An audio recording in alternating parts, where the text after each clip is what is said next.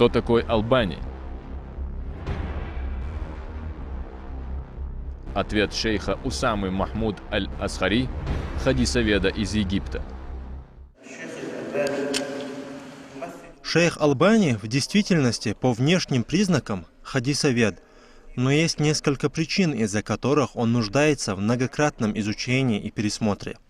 Во-первых, Албани, да смилуется над ним Аллах, не получил знания от ученого, никогда не сидел перед учителем, у него нет педагога-наставника в науках хадиса.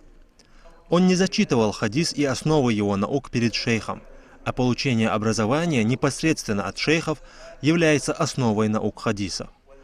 Одним из шейхов Хафиза ибн Хаджара является Хафиз аль-Ираки, да смилуется над ним Аллах, за которым Ибн Хаджар неотступно следовал, обучаясь наукам хадиса на протяжении полных 10 лет.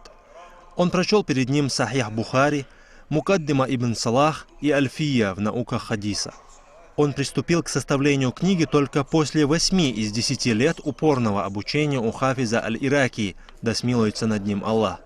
Он присутствовал на лекциях двух благородных имамов Аль-Хайсами и Аль-Ираки, да смилуется над ними Аллах, и видел, как большие ученые рассматривают вопросы, связанные с науками хадиса.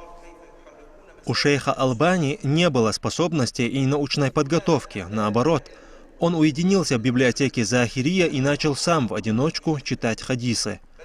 Он рассказывал о себе, что впервые увлекся хадисами, когда прочитал статьи шейха Рашида Рида, которые его удивили, и начал собственноручно копировать выводы Хафиза аль-Ираки, да смилуется над ним Аллах, к хадисам из книги «Возрождение религиозных наук». Затем он стал заниматься хадисами без учителя на протяжении всей своей оставшейся жизни.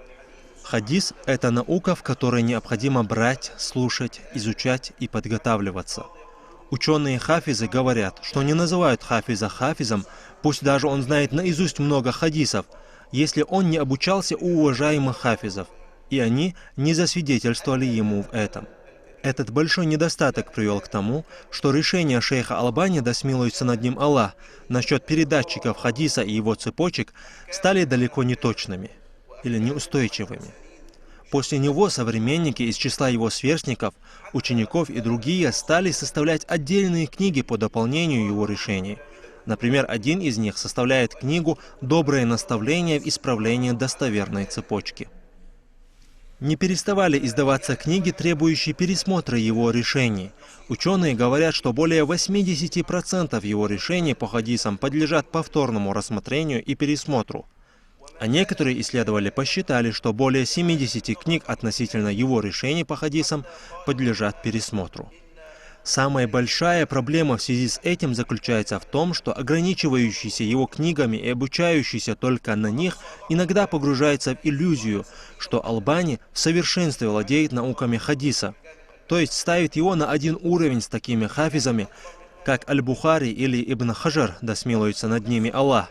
А некоторые даже в своих статьях о хадисах приводят речь имама Навави, да смилуется над ним Аллах.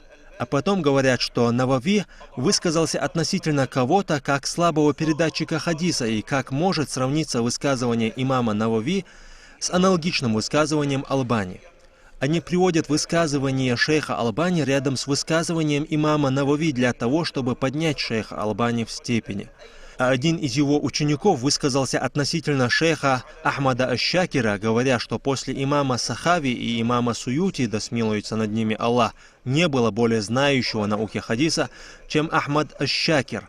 Я не преувеличу, если даже скажу, что он превзошел в науке хадиса имама Сахави и имама Суюти. Где же большая опасность в этих трудах? Они дают читателю иллюзию, что Албани превзошел хафизов, и его высказывания в области хадисов достовернее, чем высказывания хафизов. Остерегайтесь этого. Я советую вам сторониться его книг и обратиться к книгам хафизов. Я приведу вам пример. Некоторые исследователи усердно работали над сбором решения Хафиза ибн Хаджара, да смилуется над ним Аллах, относительно хадисов примерно из 60 его трудов. Выпустили книгу в больших 6 томах под названием «Энциклопедия Хафиза ибн Хаджара по хадисам», в котором решение Хафиза ибн Хаджара, да смилуется над ним Аллах, по хадисам из этих 60 трудов. Тебе необходимо иметь эту энциклопедию, тебе также необходимо придерживаться решения Хафиза ибн Хаджара, да смилуется над ним Аллах, являющегося печатью хафизов и предводителем мусульман области хадиса, решение и благородство которого неоспоримы. Тогда, если ты будешь полагаться на Хафиза ибн Хаджара, да смилуется над ним Аллах, внимательно изучать науки хадиса, науки передатчиков хадиса, сможешь объединить все стороны этой науки.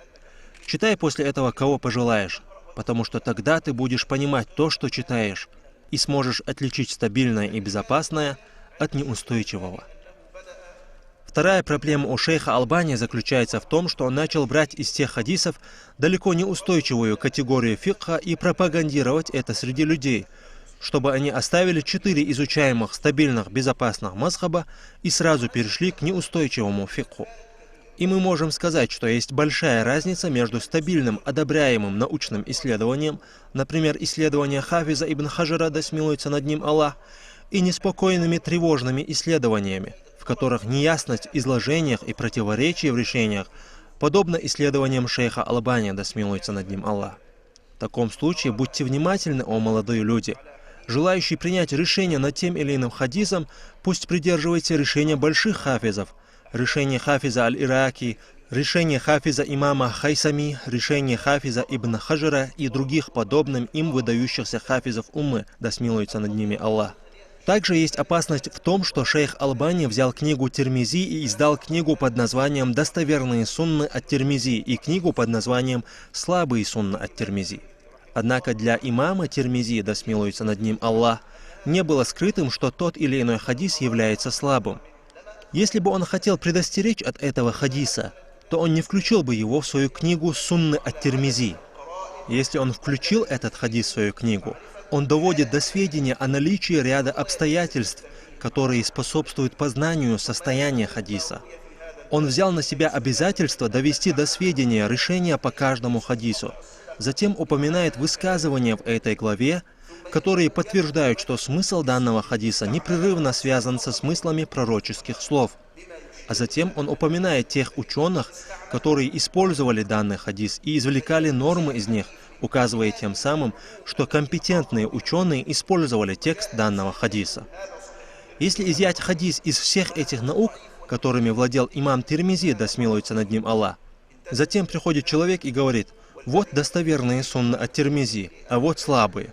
Потом мы берем слабые и полностью убираем их. Это большая ошибка. Будьте бдительны во всех этих вещах. Ученые доверяют единогласно и полагаются на решения, подобные решениям Хафиза ибн Хаджара, да смилуется над ним Аллах. Всевышний Аллах знает лучше.